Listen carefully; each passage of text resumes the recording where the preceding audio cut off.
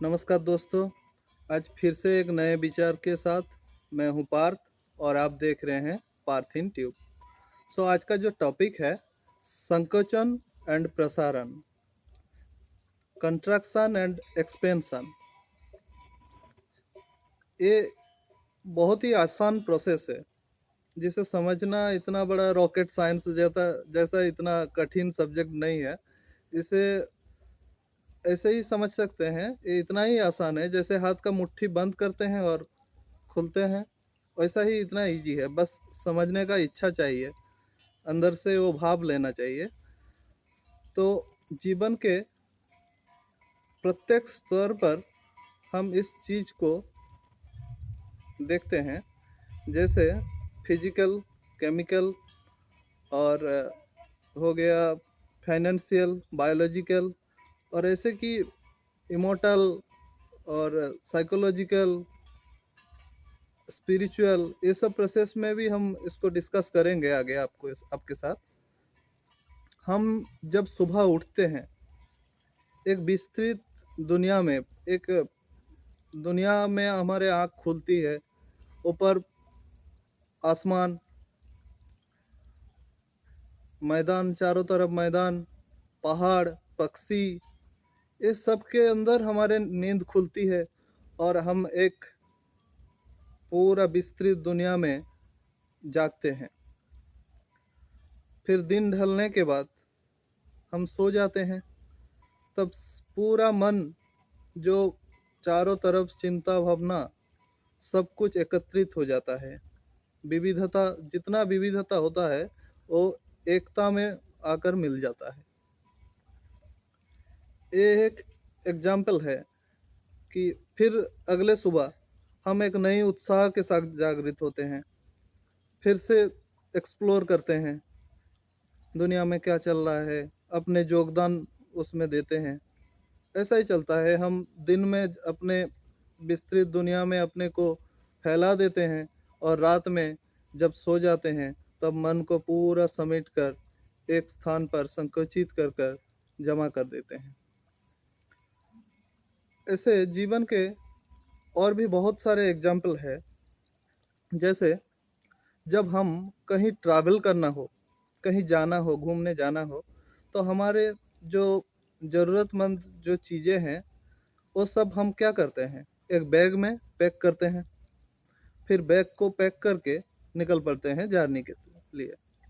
और ट्रैवल करने के बाद जब हम अपने गंतव्य पर पहुंच जाते हैं, देन हम क्या करते हैं, बैग को खोलते हैं, जितना सामान है, जो चीज़ है, उसको फिर एक एक जगह में रख देते हैं।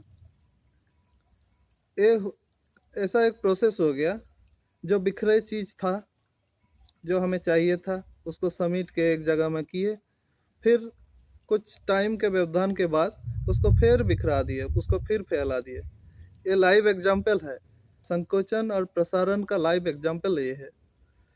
ऐसे ही जीवन में बहुत बहुत टाइप से ये सब होता है। अगर आप देखें, एक पौधा एक पौधा एक बीज से निकलता है, पौधा से पेड़ होता है, पौधे बढ़कर पेड़ होता है, पेड़ में फूल होता है, फूल फूल के बाद फल होता है, फल के बाद क्या होता है, उसी बीज में जाके वो खत्म हो जाता है। अंत में सिर्फ बीज ही बचता है। इस प्रकार संकोचन और प्रसारण एक निरंतर गतिशील प्रक्रिया है। जैसे एक प्रज्वलित अग्नि में, एक प्रज्वलित अग्नि से चिंगारी निकलती है, वैसे ही हमारी उत्पन्न होता है, ऐसे ही एक पावर से, एक ऊर्जा से, जिसे हम वेदांत में या उपनिषद में ब्रह्म कहते हैं। वो उस पावर है जहाँ से सभी का उत्पत्ति होता है और उसी में जाके मिल जाता है। जैसे सागर से सागर से उत्पन्न होता है और कुछ देर रहने के बाद फिर सागर में जाके मिलना पड़ता है। वैसे ही हमारे जीवन है। तो हम इस जीवन में अपने भूमिका निभाने आए हैं। हर एक का अपना भूमिका है, उनको वो निभाना है। हमारे शरीर क्या है? शरीर रक्त, मांस, मज्जा और अहंकार, ये सब का मिलन से एक बना हुआ सिस्टम है। तो हम जब भी निराश हो जाते हैं, तब हमें पता चलता है कि हम कुछ किसी न किसी कारण से हम निराश होते हैं ना, तब हमें पता चलता है कि क्यों ऐसा हो रहा है, क्यों ऐसा हो रहा है। एक क्यों का तभी खो जाता है जब हम किसी न किसी कारण से मतलब दुखी हो जाते हैं और निराश हो जाते हैं, तभी जाके क्यों का खो जाता है, तभी जाके आध्यात्मिक खोज का शुरू होता है। और ये जो आध्यात्मिक खोज है, उसी से ही हमारे अंदर आती है आध्यात्मिक चिंता, मतलब चिंता का विकास होता है। हम आध्यात्मिक चिंता की ओर बढ़ते हैं। हमको जीवन का उत्तर जानना चाहिए कि ये जीवन क्यों है, हम ऐसा जीवन क्यों लिए हैं। सो जब हम ये विस्तार और संकोचन का प्रोसेस समझ लें, तब हमको पता चलता है कि ये जीवन कहाँ से स्टार्ट हुआ है, क्या होना है, क्या करना है। तब हम संरक्षण या संहार का बात नहीं करते। जब ये प्रोसेस को हम समझ लेते हैं ना, क्लियर हो जाता है अपने अंदर, तब हम ये जो संरक्षण, संहार, संरचना, ये सब का बात नहीं करते। तब हम निःशब्द हो जाते हैं, स्पीचलेस हो जाते हैं।